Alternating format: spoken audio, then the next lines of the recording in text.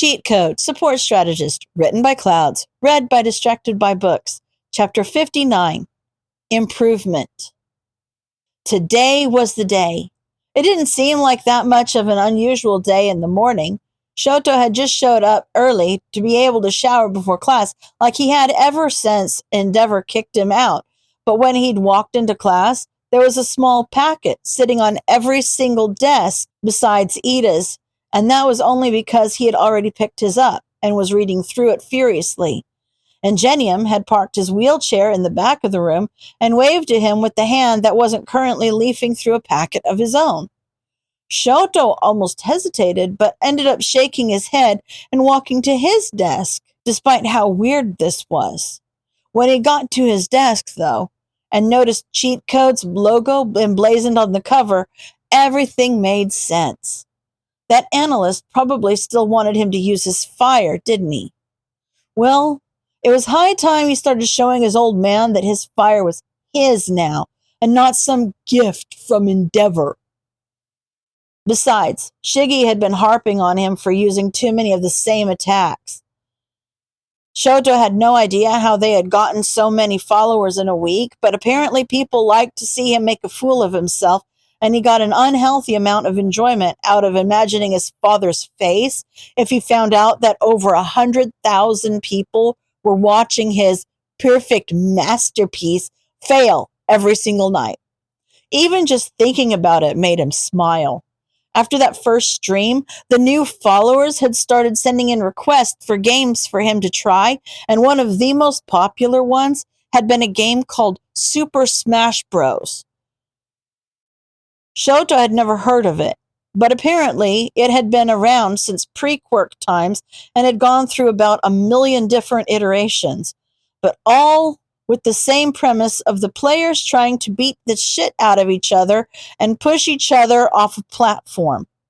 Of course, Shoto hadn't understood the goal and immediately walked straight off of it, with a delayed oops that made the chat go wild. But it brought back pleasant memories from the sports festival. Shoto thought he was almost decent at the game, but Shigaraki apparently disagreed because he won. Every single time. He said that part of Shoto's problem was that he tried using the same attacks over and over, and it made him too predictable and easy to beat. But Shoto thought that was kind of unfair, considering that those were the only 2 attacks he knew. The only way to get better, though, was to learn more attacks, hence why he was determined to master his fire. The hero course wasn't too much different than a video game, all things considered. If Shigaraki were here, he'd probably call this entire packet a skills list or something and tell Shoto to max out his stats, which he assumed meant something like being the strongest he could be. He looked through the analysis and suggestions carefully, mentally highlighting anything he hadn't considered before or felt like he could easily incorporate into an attack. Most of it wasn't new, but before, he hadn't been ready to, how would Shiggy say it? Level up? But now, most of the class had arrived, and most of his classmates were yelling about what was in their packets and comparing them to each other. Some were pretty happy with the suggestions, like Ashido, who had to be persuaded not to try some of the new techniques on her desk, while others were a little less receptive. Why should I stop looking at the babes during battle? Mineta sobbed. Boobs are life, not distractions. Lactose intolerant? Aoyama's sparkle almost seemed dimmer. No, tell me it can't be true. Consider avoiding daylight, Tokoyami muttered. So the demon behind a screen wishes me to embrace the darkness. Oh, stop being so dramatic. Jiro rolled her eyes. You don't have to take the suggestions, you know. But, that's why Cheat Code is giving them to us now, right? Kaminari pointed out. So we'll have time to incorporate them before finals? Shoto nodded. It made sense. He wasn't quite sure who Cheat Code actually was or why he was so interested in their class, but his old man never accepted help, so Shoto was going to take as much of it as he could get. Then hopefully rub it in Endeavor's face. Mina bounced over to Uraraka. Okay, Miss Gravity Warper over there, what does yours say? Uraraka flipped helplessly through her packet, which on further inspection was just a single page. Nothing. What?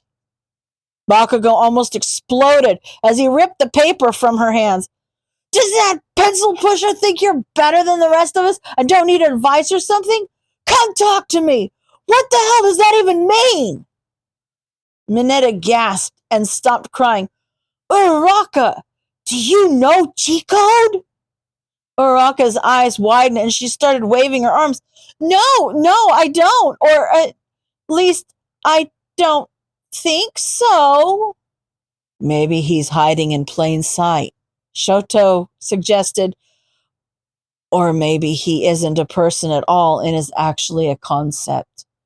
Yeah, Yorozu nodded. That would make sense. No, it wouldn't. Kaminari pulled at his hair. A concept can't make an analysis packet. Shoto just raised one eyebrow. Can't it? His eye was drawn back to Uraraka when Shinso walked over to her desk and whispered something in her ear. Her eyes widened, and Shoto heard her earrings beep a few times before she was gone. It was going to be difficult to beat her with her new quirk developments, but he'd find a way. Maybe Shigaraki could help him figure out a way to work around the glitch. On second thought, that probably wasn't the best idea. It was hard to remember that Shigaraki was a villain sometimes and not just some hobo he met in an alley sometimes.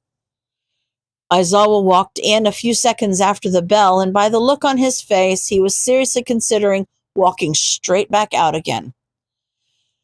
I see cheat code left your analysis packets this morning. Actually, I think he might have left them last night. Shinso grinned. Pretty sure he basically haunts the walls of UA like some sort of goblin. Aizawa glared at him for a second before sighing. I'm looking forward to seeing how you incorporate his critiques. But don't forget that you have academics as well. Now open your books. We have a lot of work to do if you expect to pass the finals and earn the right to participate in the summer training camp. The class exploded. What? Spinner wondered if this was what it meant to go mad with power. He certainly felt a little mad, but Stain had believed that a little insanity was the only way to save the world. Spinner felt him sometimes, deep inside his mind, whispering. He even swore that he could see the hero killer in his dreams sometimes. A shadowy figure, vaguely almost there, but not quite.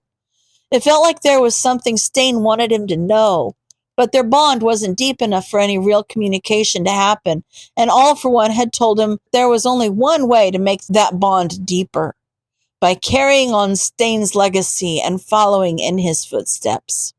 He had spent the last week killing as many false heroes as he could, and for someone who had never killed a single person before, he was actually fairly good at it. Stain's quirk covered his weaknesses perfectly, and with the way their quirks combined, it was almost as if it was destiny that Spinner continued the hero killer's work. He would use his birth quirk to climb the walls of the alleys where the heroes would be passing, then strike.